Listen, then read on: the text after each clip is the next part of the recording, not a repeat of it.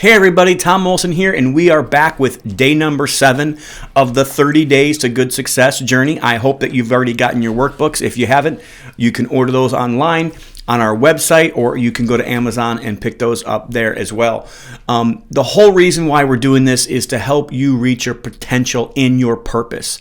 The whole reason why I'm putting this whole program together, the whole reason why I created this book was to help you, was to encourage you, was to challenge you to know yourself now and know where you're at along that journey, and then put a roadmap together and a plan to be able to reach your goals and to be able to reach your purpose and to have a passion about it and to not let anything stop you, to take all the excuses out of the way. I believe that you can either have excuses or you can have results, but you will never have both. Don't tell me all the excuses and then expect to think that you're going to actually reach your goals. If you want to lose weight, you get up in the morning, you wake up early, you eat right, you exercise, you do the things that you need to do in order to make those things happen. If you want to reach your goals, you've got to make it happen. Nobody else is going to make it happen for you. And that's what this book is all about. Question number 1 was, what's your purpose? Why did God create you? And I hope that this book is helping you get closer to being able to reach those goals and reach that purpose and to be able to live in that purpose every single day. Question number 6 was, are you in debt? And question number 7 kind of goes along with question number 6, because normally the way that we get out of debt is to have a good budget, is to have a plan and have on written paper or on a computer, on a spreadsheet, and work on it every single day. So question number 7 is pretty simple. Do you have a personal budget and a business budget? So personally, I'm going to kind of start on the personal budget side first. And, Dave Ramsey does a great job. There's other people that have amazing programs just specifically on this topic. And I'm not going to go as deep as they go, but I am going to hit some of the highlights and some of the key points that most people will have when it comes to getting out of debt and having a good budget. Because having a good budget can help you get out of debt, absolutely. If you will write down everything you're spending money on and then say, hey, do I really need to spend money on this, or can I live without it? Scale back that budget and say, hey, even though I might be able to afford this fancier house or this fancier car, I'm going to scale that back a little bit. I'm going to live below my means so way I can you have a snowball effect, invest those funds so that way, and for most people, and myself included, that helps me reach my potential in my purpose. So I just have to ask simply, do you have a budget? It's not very complicated.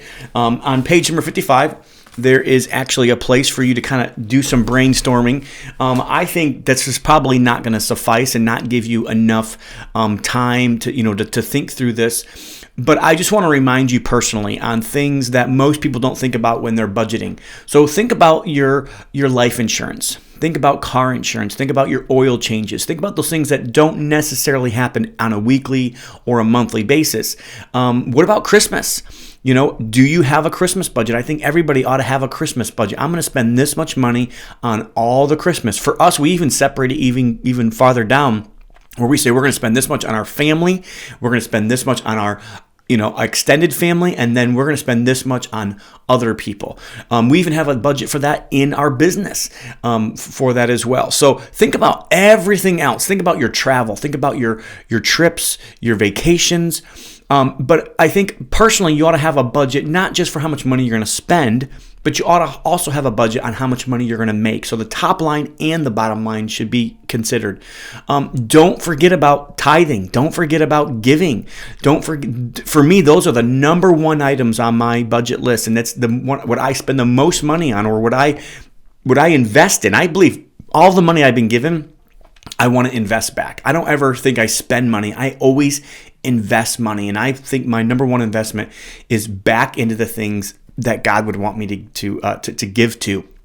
So I'm investing those funds in eternity. That's my number 1 thing on my budget. For us, our number 2 thing on our budget is our kids. Our kids go to private school. Our kids have a lot of extra expenses with sports and with science fairs and with activities that they go on. And again, I like that. I like to be able to see on my budget, hey, my number 1 priority is God, and my number 2 priority is my family. And I say that's my number 1 thing. I say, hey, number 1, I'm a Christian. Number 2, I'm I'm a husband. Number 3, I'm a father. It would be horrible of me if my number one thing I spent money on was myself, or on vacations, or on, for myself, or on toys, or on a car, or whatever the case is. So I can tell you what your priorities are, like I said, by looking at your schedule and looking at where you spend your money. So a budget can help you direct your path and direct you to spend money in the direction that you think that you should be spending money in. And it's a way to be on purpose about how you're investing every single penny that you have. So back to number 6, take a whole month and write down everything you spend money on, and that'll help you understand if you're in debt and help you also understand how much money you're spending and where it's being spent at. But then write down everything that you have for the whole year. Groceries, going out to eat, how much you spend on coffee. I got a coffee right here. How much money do it was a big eye opener for me. I actually just redid my budget for the first time in about 6 or 9 months, myself personally, about 2 months ago. And I was just shocked at how much money I was spending on coffee. And I'm like, I got to stop this. We can't spend that much money on coffee. So we gave ourselves a budget for it. I'm not saying you to not spend money, but to spend it on purpose. Invest that money on purpose. And that's what a budget will help you with. I think another thing a budget will help you do is if you are in debt, which most of us are in debt with some kind of debt, a budget can really help guide you and help protect you into getting out of debt. The other thing a budget can do is help you save for investments.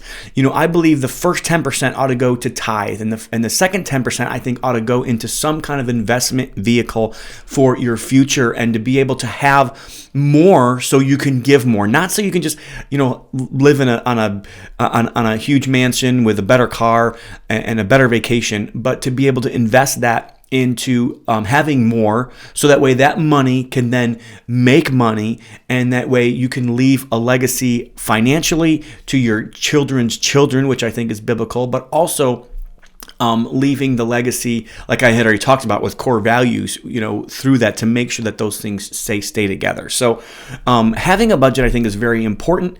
And if you don't have a budget, I'm going to, behoove you and say, hey, please do it. Get a budget, whatever you have to do. I recommend a spreadsheet.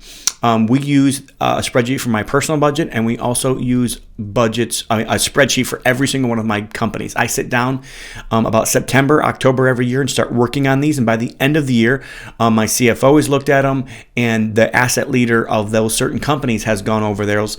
The other thing I recommend is every line item on a budget. So whether it's personal or whether it's for your business, every single line item ought to have somebody that's responsible for that line item. So whether it's buying paper, or whether it's spending money on utilities, or whether it's spending money on going out to eat, or whatever it is in your business or personally, either you or your spouse, or maybe it's a kid, should be responsible for each line item. You ought to have a person's name next to that line item. And we do this in our business as well. Most businesses have 7 or 8 different people that are responsible for their line items inside their budgets.